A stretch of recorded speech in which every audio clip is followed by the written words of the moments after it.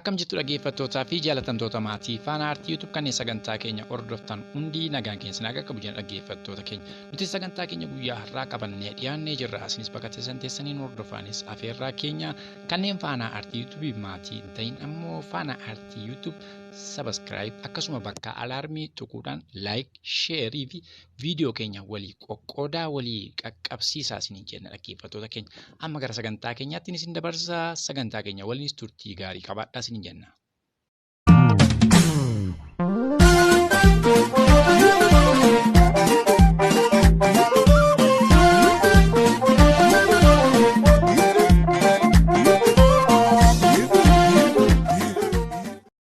Dhukaasi meeshaa gootichi waraana bilisummaa Oromoo Salaalee Fiichee irraa diina ittiin unkuraa jiru masaraa kiiloo 4 Finfinneetti dhagahame.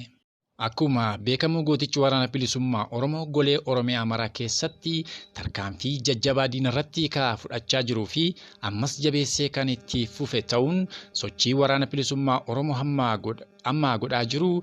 Fuulleffannaan isaa gara magaalaa Finfinnee ta'uunis sodaa fi yaaddoo guddaa sirna amma aangoorra jirutti uumee jira. Gootichi waraana bilisummaa Oromoo tarkaanfii keessa deebii hin qabne onoota akka Salaalee Fiichee gara Shawaa lixaan ammoo Hamboo Shukutee Gindabaratii fi akkasuma Giinciitti tarkaanfii jajjabduu diina adabaa jiraachuun dhagahamee jira.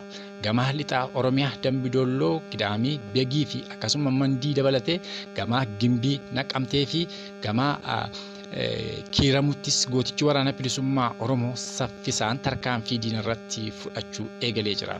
Gootichi waraana bilisummaa Oromoo shira mootummaan Biltsiginnaa xaxeen Oromoonni Kiiramutti dhiyeenya kana sirna nama nyaataadhaan ajjeefamaniin kana mootummaan itti gaafatamaa keessa akka jiruu fi kan itti gaafatamuu qabu sirna amma aangoorra jiru ta'uun addi bilisummaa Oromoos ifa godhee jira.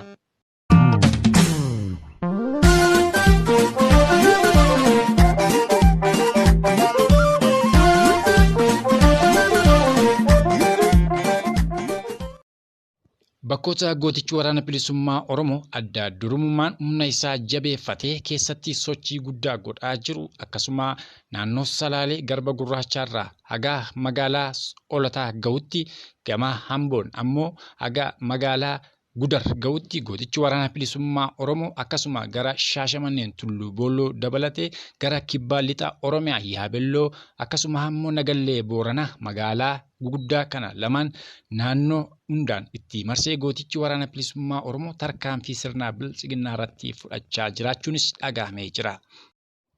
Wallagga Lixaa Mandii Gidaamii Begii Dambidolloo fi akkasuma ammoo Gimbii Naqamtee haga Soorgaatti dabalatee xiyyeeffannoo gootichi waraana bilisummaa Oromoo laatee fi akkasuma bakkootni humna jabaan keessatti sochii godhaa jira ta'uunis dhagahamee jira.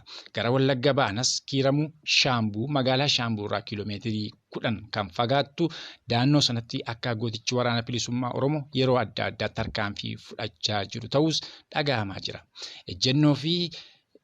Ejjennoo fi fuuldureen gara xiyyeeffannoo gootichi waraana bilisummaa Oromoo godhaa jiru amma gara golobbii sirna Biltsiginnaa haa ta'u sirnoota uummata Oromoo irratti jaarraa hedduu sirna gabrummaa gaggeessaa turan ofirraa darbuuf kan inni godhaa jiru ta'us kan yaadatamudha.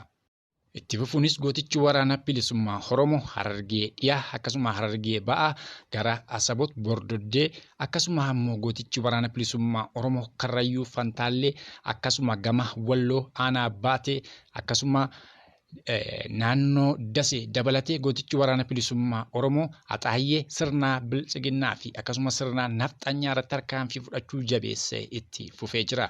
Gootichi waraana bilisummaa Oromoo isa kaleessaa caalaa har'a ejjennoo fi humna inni qabu eenyu jalaa kan galagalu miti.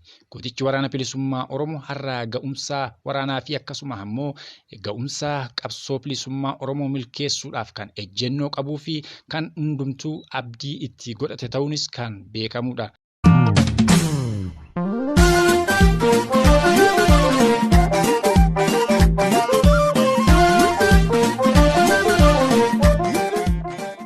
Gama lola naannoo Tigraay fi sirna mootummaa Biltsiginnaa akkasuma kan mootummaa naannoo Amaaraa gidduutti gaggeeffamaa jiruunis mootummaa Biltsiginnaa jalaa humni waraana isaa hedduun booji'amuu fi kumaatamaan ammoo ajjeefamuun teellaatti kanneen afan ammoo baqachaa jiraachuun dhaga'amaa jira.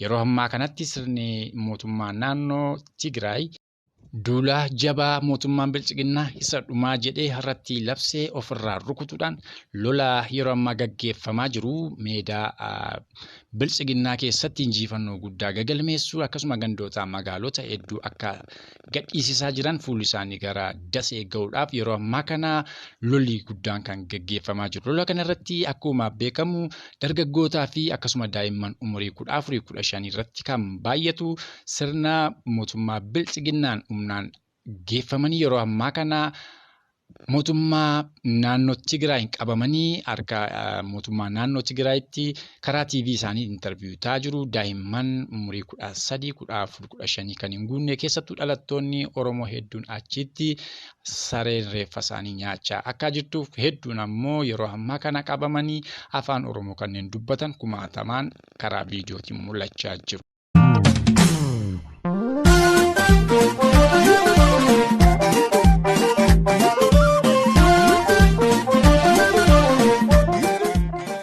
Yeroo ammaa kana egaa mootummaan Biltsiginnaa abdii murachuudhaan teellaatti baqachaa jiraachuuf akkasuma waraanni isaa ammoo karaa karaan faffaca'aa jiraachuunis dhaga'amaa akka jiruu fi akkasuma yennoo uummati naannoo Walloo jiraatanii sodaa guddaa fi akkasuma jumlaadhaan ajjeefamu irra keessaa dirooniin rukutamaa jalaan ammoo mootummaa naannoo Tigraayin aliilamaa jiraachuun qeef qabeenya isaanii irraa buqqa'uudhaan gara magaalota adda addaatti deemaa jiru. Kanneen daandii irratti argaman immoo mootummaa Biltsiginnaan qabamanii lola kun biyya keessaniif isintu lolata jechuun ofii baqatanii yoo ummati baqachuuf jedhe ummata ajjeesaa akka jiranis sagalee fi akkasuma karaa viidiyoo ummati naannoo Walloo iyyatan dhaga'amee jira. Egaa dhaggeeffattoota keenya sagantaa keenya har'aa asumarratti golobna. Sagantaa keenya boriin nagaa walitti deemutti nagaan nuuf turaa isiniin jenna. Kanneen faana aartii YouTube subscribe hin godhin ammoo faana aartii YouTube subscribe gochuu akkasuma ammoo bakka alaarmii qabdu tuquudhaan sagantaa keenya guyyaa guyyaa akka isin bira geessu godhaa isiniin jenna. Share, like, comment godhuunis yaada keessan nuuf qoodaa isiniin jenna. Karaa galatooma oraa bulaa deebana. Dabi cindabu yoomuu dhaabbataadha. Kana galmaan ga'uuf wabboon koo qophiidha. Kana galmaan ga'uuf jajjabeen qophiidha. Hundee nageeka qabsoo babaa'uudha. As dabi cindabu yoomuu dhaabbataadha. Kana galmaan ga'uuf wabboon koo qophiidha. Kana galmaan ga'uuf jajjabeen qophiidha. Mirga baabiyummaa kallattiin gaafanne karaa nagayaatiin deebii akka dhabne.